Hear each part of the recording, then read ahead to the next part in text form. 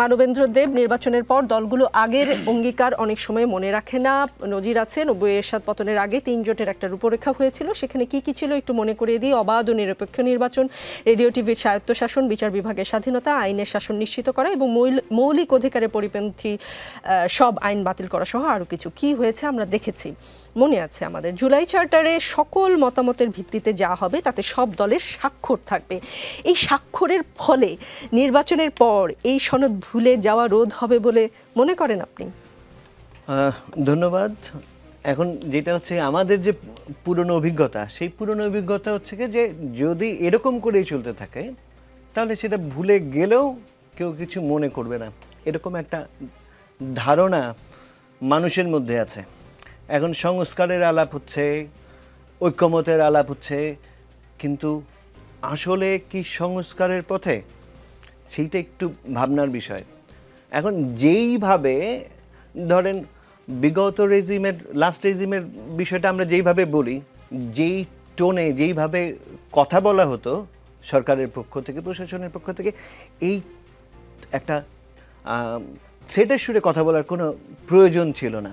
যে blackmailing, threat, এইটা blackmailing করে, থ্রেট করে কি আপনি রাজনীতির সংস্কার করবেন? অসম্ভব।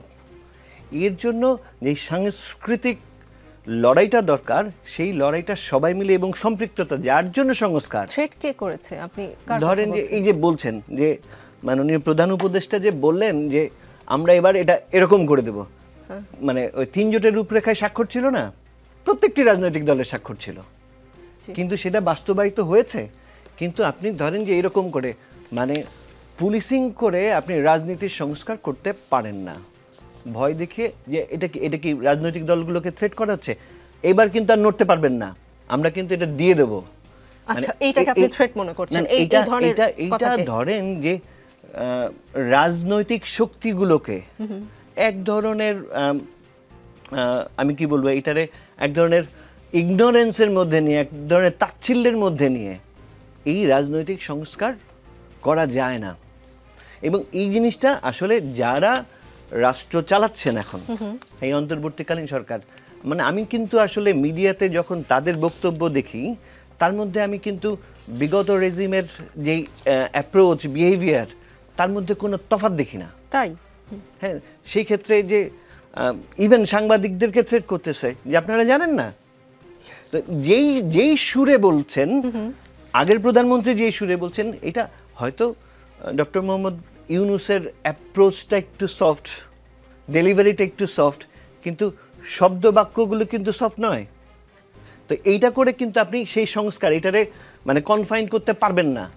তার জন্য মানে এই ইনভলভমেন্টস দরকার, এই থ্রেট করে না। আপনি যদি কনসেনসাস হয় তাহলে না মানার কোনো জায়গায় তো নাই। যদি আপনি ডেমোক্রেসির এখানে এনশিওর করতে পারেন, গণতন্ত্র এনশিওর করতে পারেন, রাজনৈতিক দলগুলো বাধ্য সেই সংস্কারের মধ্যে আসতে এবং সেটাকে মেনে নিতে। সুতরাং মানে এই যে যত আলোচনাই হচ্ছে, সেখানে মূল জায়গাটা হচ্ছে গণতন্ত্র। গত 15 বছরের শুধু না, আমাদের মুক্তিযুদ্ধের সংগ্রামটা ছিল গণতন্ত্রের জন্য, এবং তারপরের 54 বছরের সংগ্রামও কিন্তু সেই গণতন্ত্রের জন্য। কিন্তু সেইটা যারাই ক্ষমতায় যাচ্ছে, তারা বা যেই বন্দোবস্ত পরিবর্তনের কথা বলা হচ্ছে, কিন্তু সেখানে সেই জায়গায় আসলে বন্দোবস্ত পরিবর্তনের লক্ষণটা দেখা যাচ্ছে না। এটা একটা খুব মারাত্মক। উত্তর পরিষ্কার।